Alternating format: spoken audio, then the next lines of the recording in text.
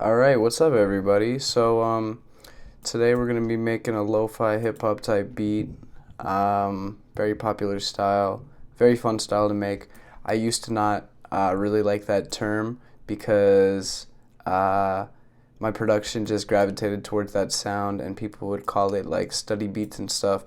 And I thought that was too simple, or it was something that everyone can make. But recently, I've dived into some tutorials and started to make that style on purpose or just get some tips and tricks from that genre. We're going to be making just my version of lo-fi type stuff. Hopefully you can get some tips and tricks along the way, or you can watch my workflow. I got a new document open up in here in Ableton. I got this nice theme. I go to this one site to get these Ableton themes. I've never seen anyone use it until I saw a tutorial of someone with the themes on. Just thought it was sick, and it's been nice with the production because now if I'm in a certain type of mood, I can change Ableton to fit that mood, and then I feel like it affects the beats because it's what you're staring at the entire time. So that's my number one tip. Other than that, I'm just going to start off with some ambient sounds. I have a few here. These are just things I downloaded off YouTube. Um,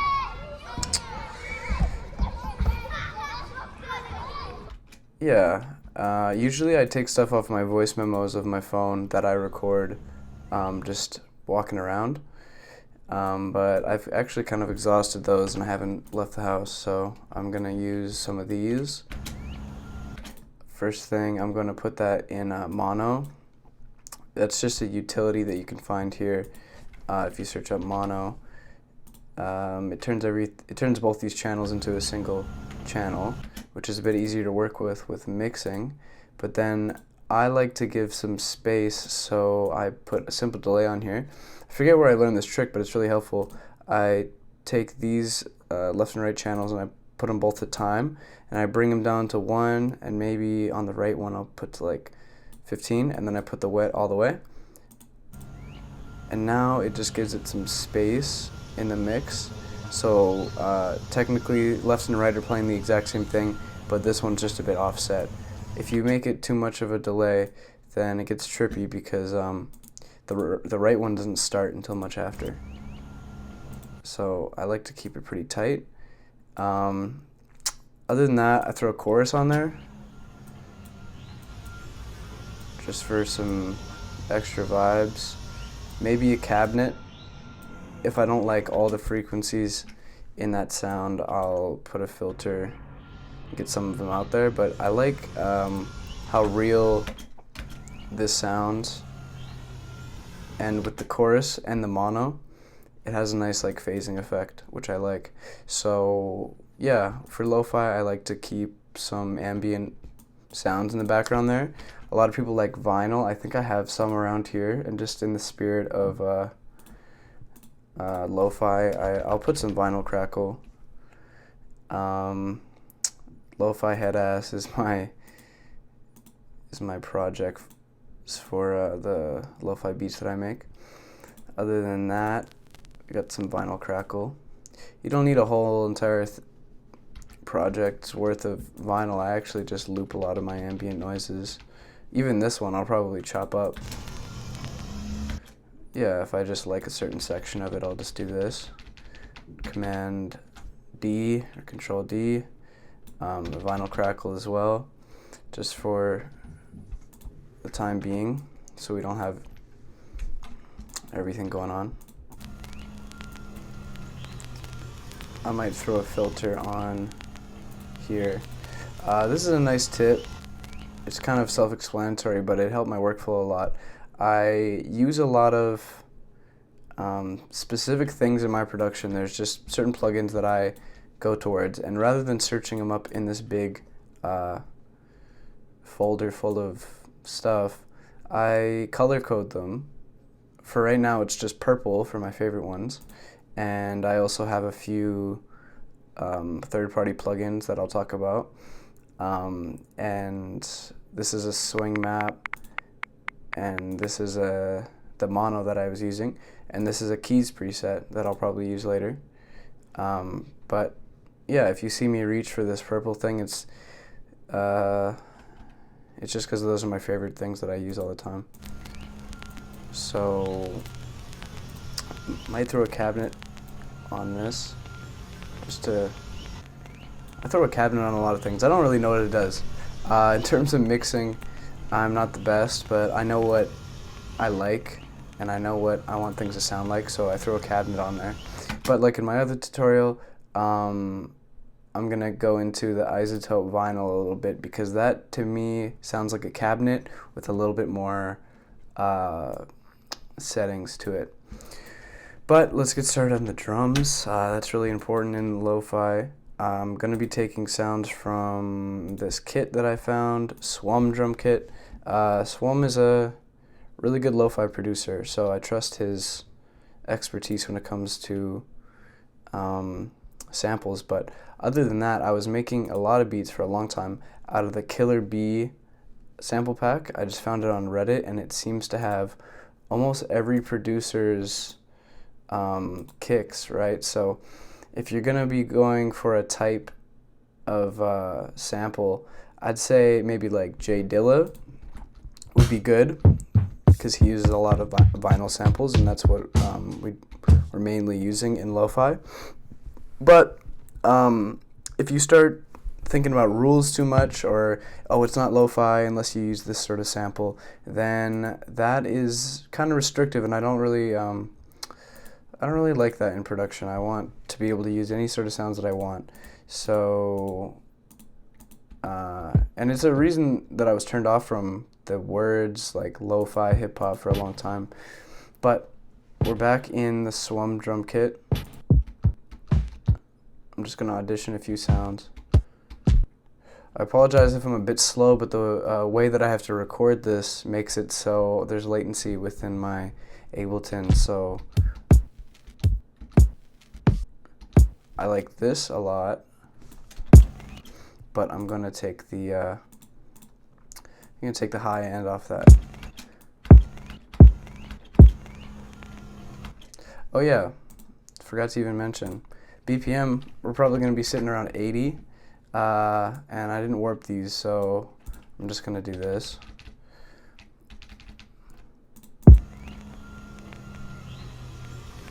All right. So 80, 75, like these down tempo sort of tempos here, I guess, is what we're going to be using. And a lot of the drums is about non-syncopated, I think the term is, and just getting off grid a little bit. So that's going more into lo-fi house, but you want to think old school boom bap type patterns. You know what, I'm just going to find all my sounds and then I'm going to go from there. But yeah, I just don't want to think about too many things at once right now. I like that one. So alright, that's starting to sound good. I'm going to take it down to 74. And do the same thing all over again with this. Might as well just consolidate it. So yeah, I want people to use lo-fi as a term. A term that means whatever they want it to mean. I don't think it should be a term that just means, hey, I don't know how to mix, so I'm going to just call everything I do lo-fi. If you're doing lo-fi unintentionally, I think you're producing wrong. But for me, my ears just gravitate towards those sounds. I like, low-pass filters, and I like cabinet, and I always use that in my beats, whether it's a lo-fi thing or not. So maybe we'll add like a little swing there. But we're just going to get the feeling of a drum pattern. But of course it's not lo-fi hip-hop unless we got them hi-hats in there. So something toned down like this is what I would use for like a hi-hat that's just rocking throughout the entire beat.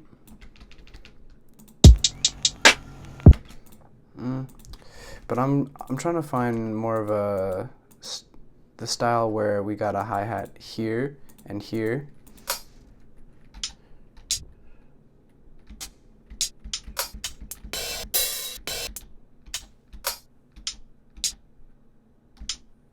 Maybe that.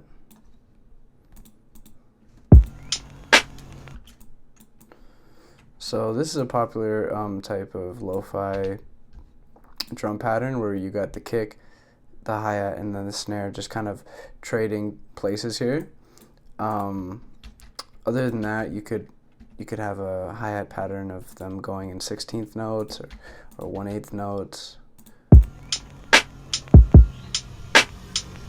But I'm sure that sounds familiar to everybody, and we're just going to keep in the spirit of making a traditional basic pattern. Maybe I'll add a secondary hi-hat just to show you guys a little bit of syncopation. But I'm sure that you've all seen this trick about moving everything and nudging stuff so it's off the grid. And that's all good. It doesn't have to be too stressful for you. It could just be a little something like that. Or we could move the snares a little bit as well. I like to keep the kicks kind of where they should be, or else, you know, we're gonna be clipping that first one, and I don't want to be doing that.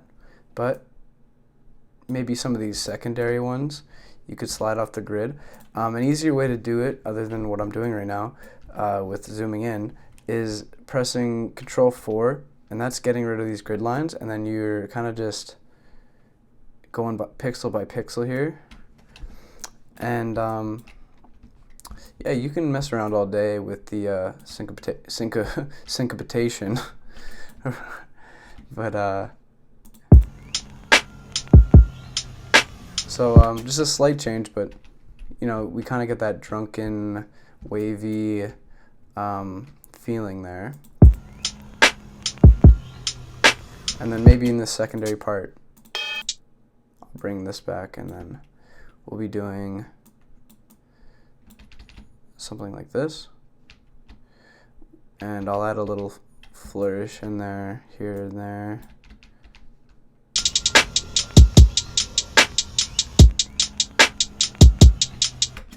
Okay, that's a little fast for most lo-fi songs, but you know, there's no rules in this. And when you start to you know, like I was saying, when you start to doubt yourself just because, oh, this doesn't sound like a traditional, you know, everyone's looking for something new, so you might just invent a new genre. So I'm going to throw a cabinet on this hi-hat pattern here, but what I'm also going to do is take this groove part of the clip. You might have it hidden.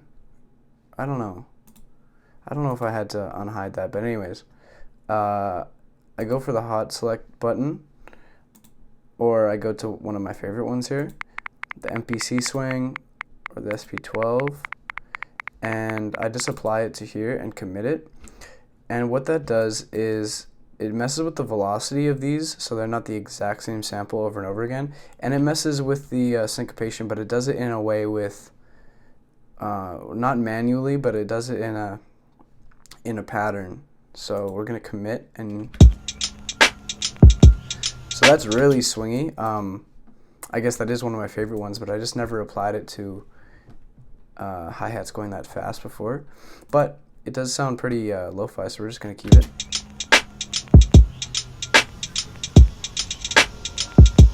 I like that, how it does that.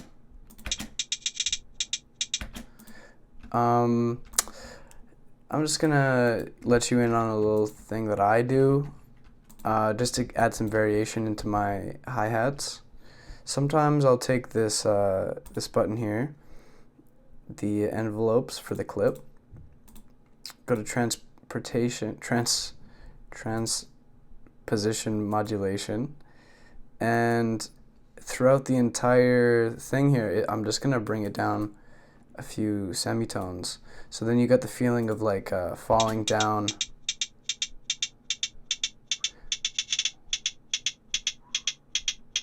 And then maybe we could bring it back up and then be going down even more.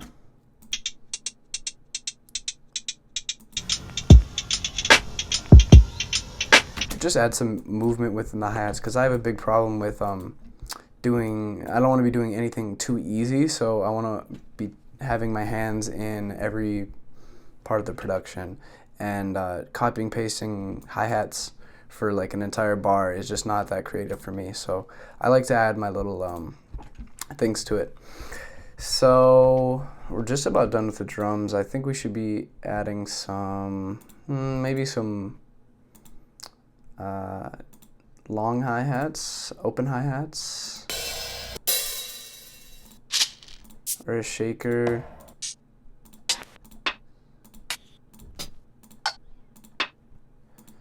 We could do something with that as like a little perk.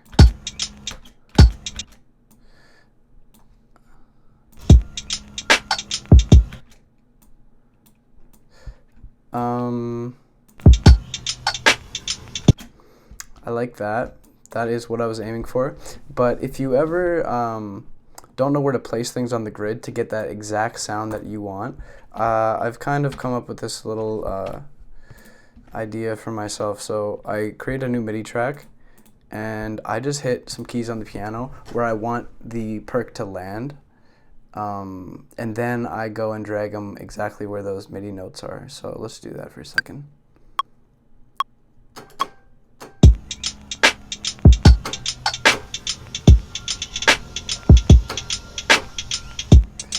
But the thing is, with my OBS running here, I have some latency, so I guess I'm gonna be playing it by ear. But with your production, when you're not recording yourself, you should be able to do that trick with no problem. But for me, I'm running a different ASIO just so I can get the audio from here into the video. So yeah, and I hope that doesn't mess me up too much when I'm playing keys, because I didn't really want to use no samples in this, just because I'm really scared of getting sued. I mean, you can play at your own risk, but I don't know, maybe I'll use some samples. But I'm just going to process this sound a little bit. So cabinet, as I always do, maybe an auto filter, high pass. Yeah, I like that. Just to add some variation, another percussive element. But yeah, let's move on to the keys. I was going to play my own, but seeing how much latency there is with the keys, I'm going to have to try again in a different video. So for right now, we're just going to do a sample. So I think there's some samples in the Swum drum kit, possibly drum loops.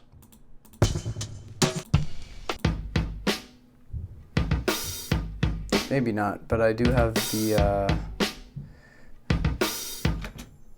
I have a Rhodes pack. Let's see where that is. Someone had given me oh, here. So it doesn't have the key, which is another reason I don't use samples all that often, is because then I don't know what the key is, and it takes an extra step just to find the key on your piano and just play a bunch of different scales to find a bass line or something like that. But I'll show you a trick for that that I use, because half the time when I'm working with samples, I don't add anything else. I kind of just play with the sample. But let's find one. Since these, since I've opened these all up in Ableton before, and since they have the BPM, when we play this, they should line up. And if they don't, that's fine. There's other ways you could find to line it up. In my last video, I spent extra long trying to manually line stuff up, so I'm not going to do that this time, but let's just audition some stuff with the drums playing.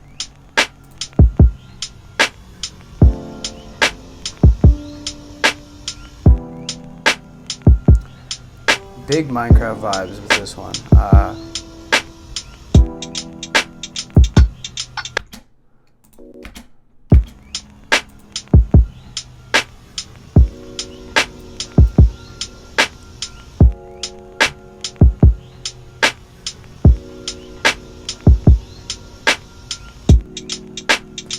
Okay, very simple, but I do like that.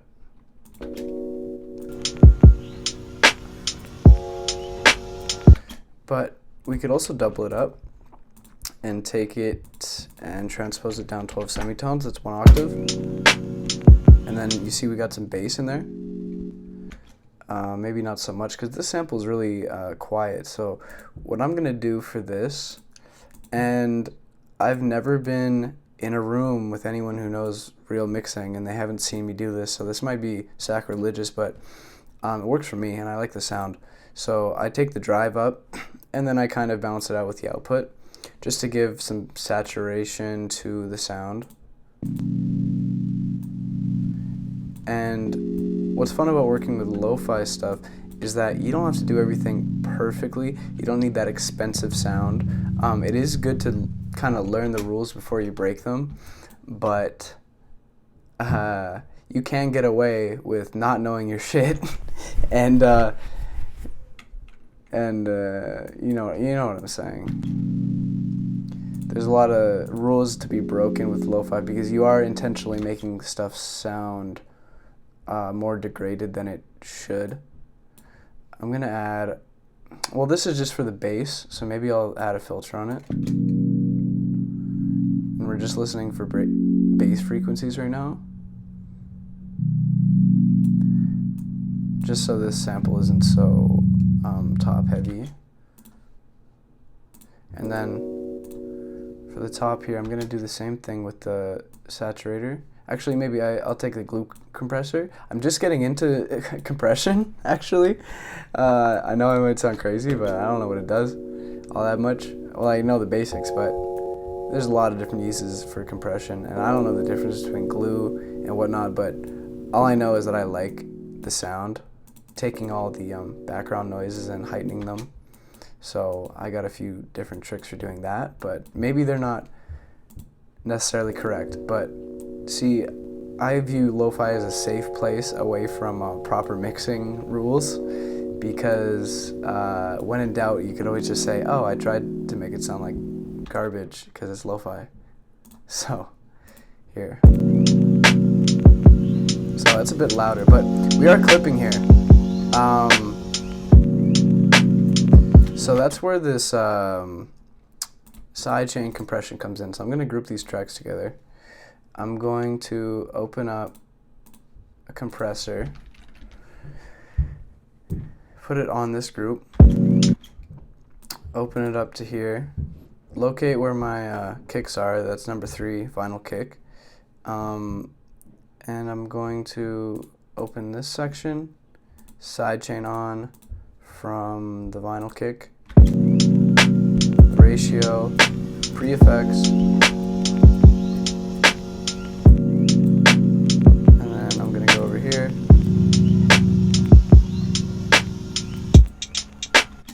So what that's doing is just ducking the audio from this, so you're not playing the kick and this at the exact same time, and then that helps out with the clipping a little bit, but maybe not because I just added too much saturation. And then you can just go into other things that might be taking up too much volume in the mix, so possibly this background sounds here.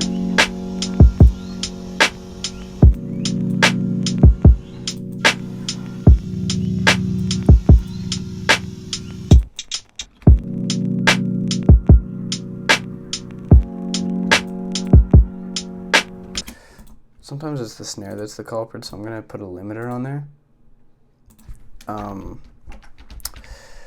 My style of mixing is kind of just on the go in terms of while I'm making the beat.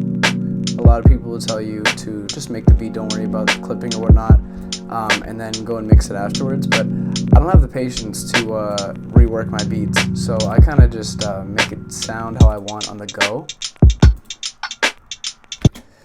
And then I just try to make sure it's not clipping all that much. I run through with another mix, and then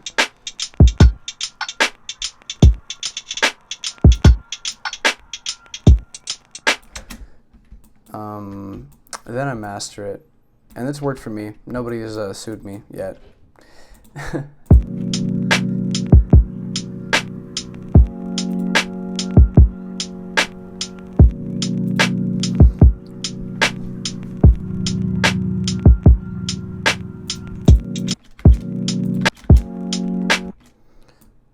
So I think I want this chord to play a second time, so I'm going to put that there.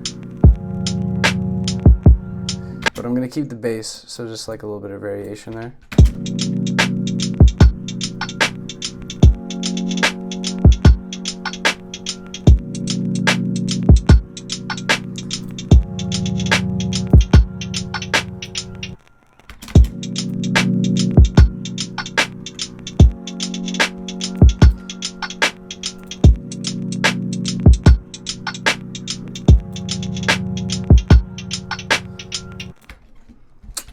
Alright, so now we're going to structure it a little bit. I don't want the drums to come in until later. I'm going to have this this vinyl and this ambient sound the entire time. But I'm going to delete this now that I've copied it over. We're going to have the sample playing the whole time. I don't really have the patience to find the key. And like I said, my piano is a little bit late right now.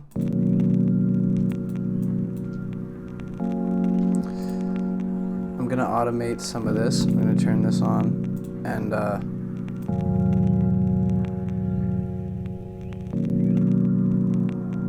just drag this around. Oh, this isn't even activated. Sorry, my theme is confusing me.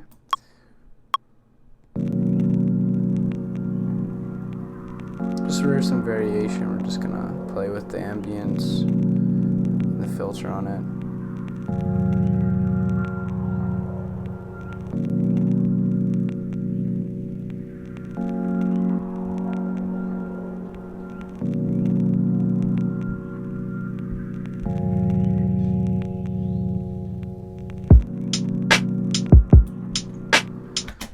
Pretty good.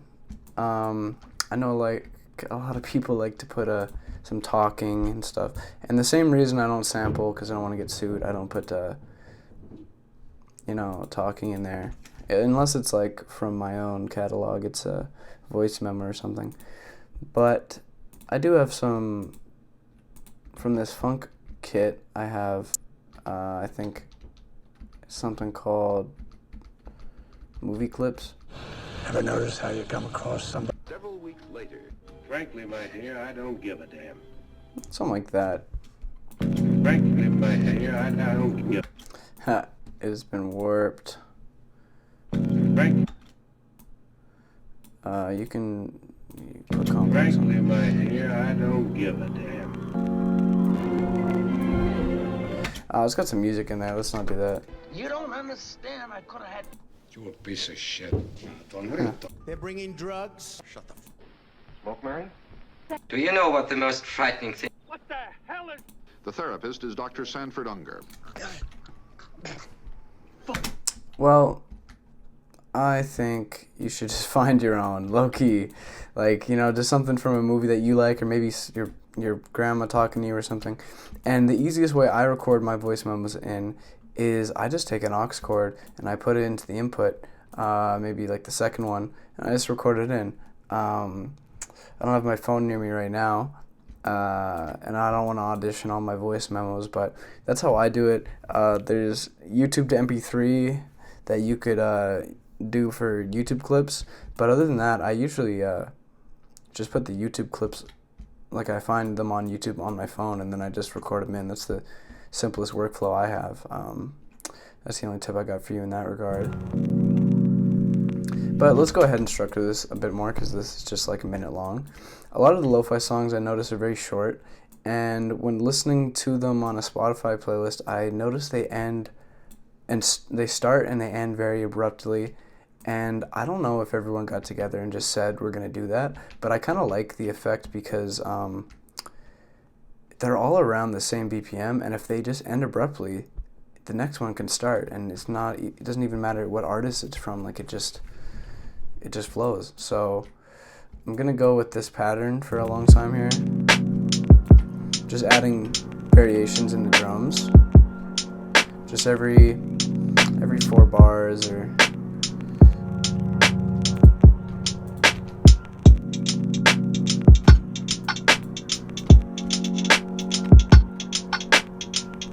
maybe take this out.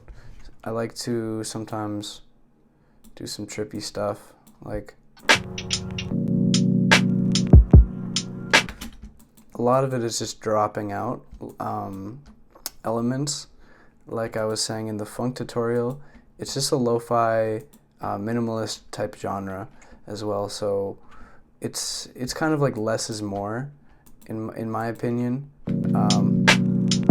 You can add little flourishes and little extra sections, but a lot of it is just dropping things out and doing little breakdowns. Like maybe here I'll take the snares out for a while. Maybe I'll copy and paste these in here and halftime them.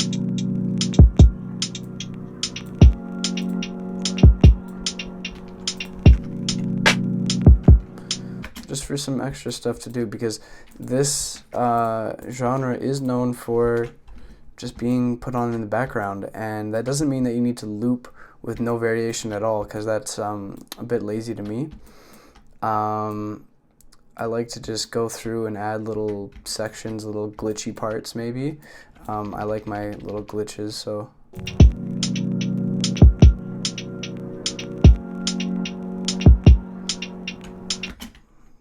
I don't know about all that, but yeah, just have fun with it. Like you shouldn't be taken aback that what you've made has taken, less than half an hour. Oh, that's kind of nice, because this is a very minimal genre. You're not writing any crazy Stevie Wonder chords and orchestral numbers. It's just drums and usually a sample. I'm not really the one to teach you how to play keys by yourself, but I will touch on this isotope. Well, I'll just open up one of my key presets and see how bad the latency is. But I have key presets here where I've made some nice like lo-fi keys, and most of them have the isotope vinyl on, so I'll go through that, and I'll go through my process for these keys. So we start with, one second, let's take this reverb off. It's very quiet. I'm going to use a limiter and bring everything up, because through this processing sometimes it gets very quiet.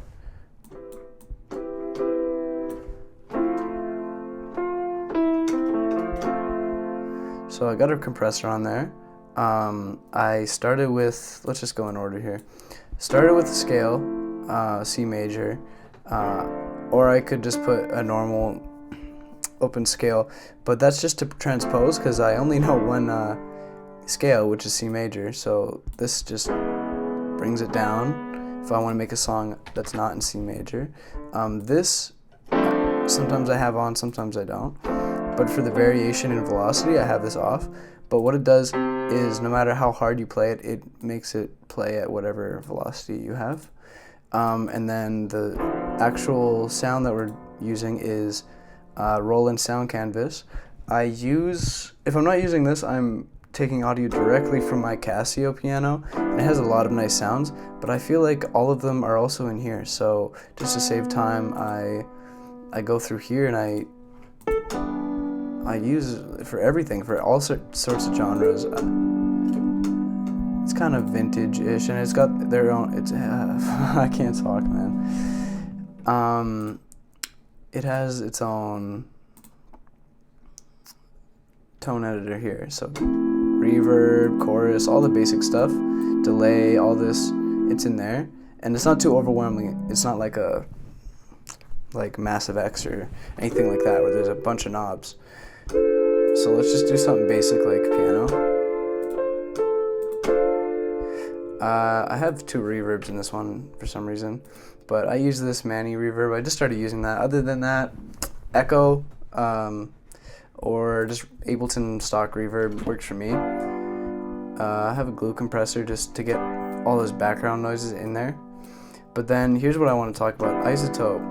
I'll never stop loving this plugin. It was free, and it's got this warp model here, and the warp depth. I don't know if you'll notice, but it makes it a little wavy. It kind of detunes it in a sine formation, and that kind of just emulates when a record player is losing its consistency.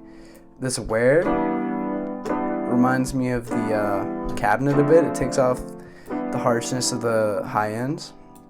And then this recording here, this just is like just emulates different recording standards. So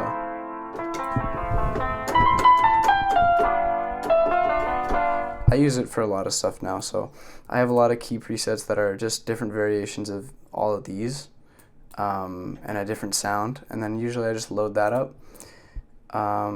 Since I've grouped this all, I can just save it into my user library, and then yeah, I got all these keys. This one I made today.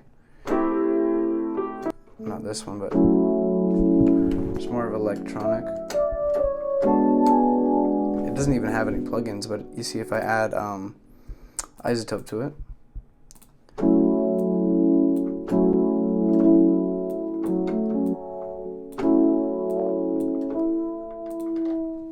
Let's see if we can match the key.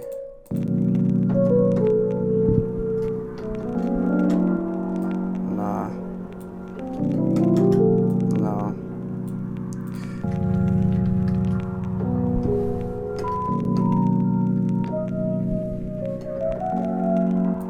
I don't know. I'm so unsure of myself. You know when it's really wrong, but you don't really know when it's right. But also there's no rules. You could be out of key as long as it sounds fine.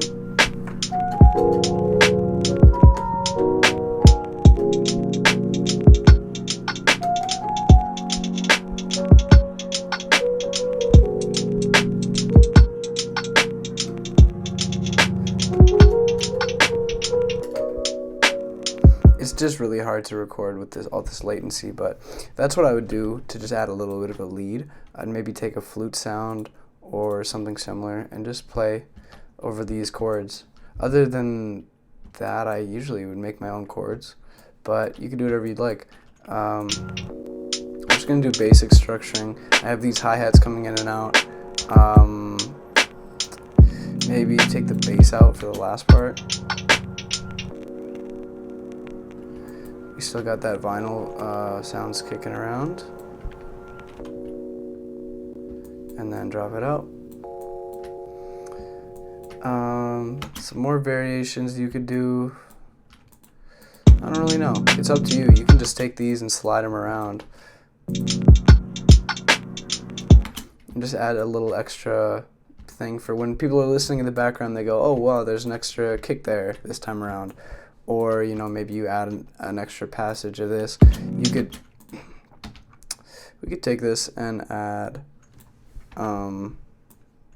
we could pitch it up for the last bit. We could try that.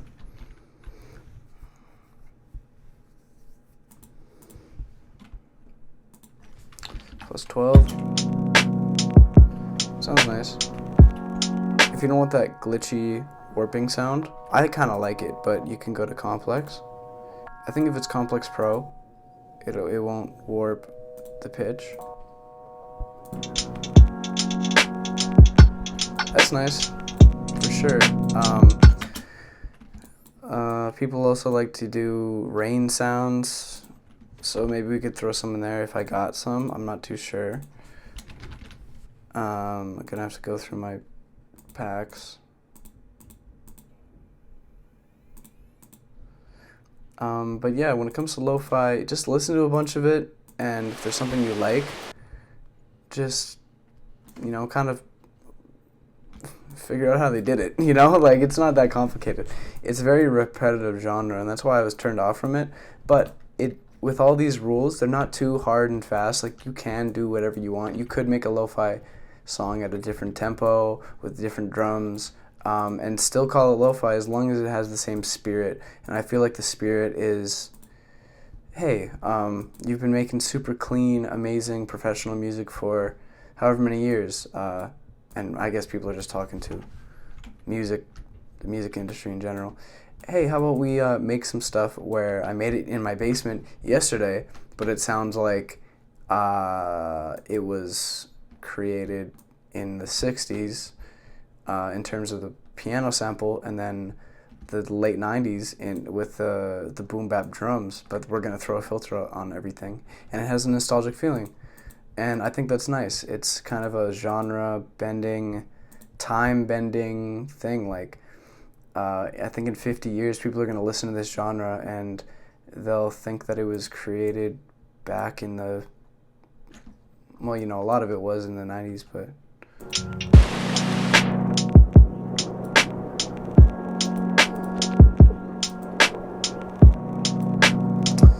Yeah. So there's some rain towards the end there.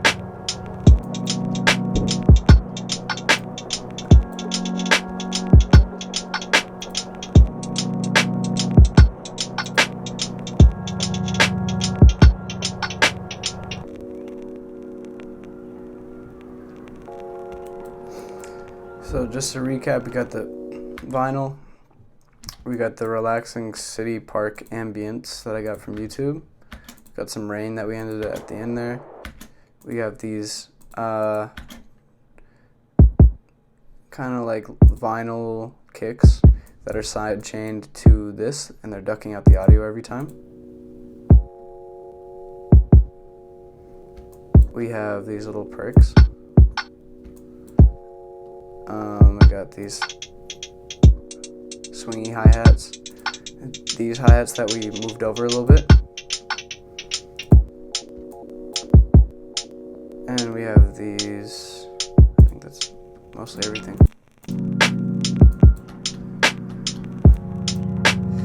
But yeah, you just keep adding stuff until you feel like you can't add anything anymore. Maybe make some switch ups. Maybe you can add an acapella if you'd like, depending on where it's going.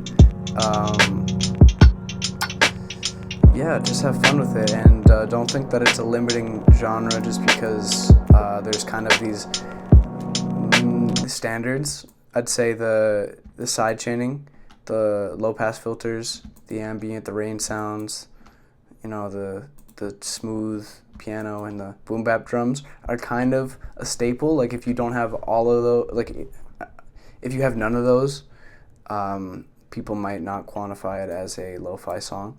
But if you got all of those, I mean, geez, like, I can't tell the difference between this and something I was listening to while I was studying.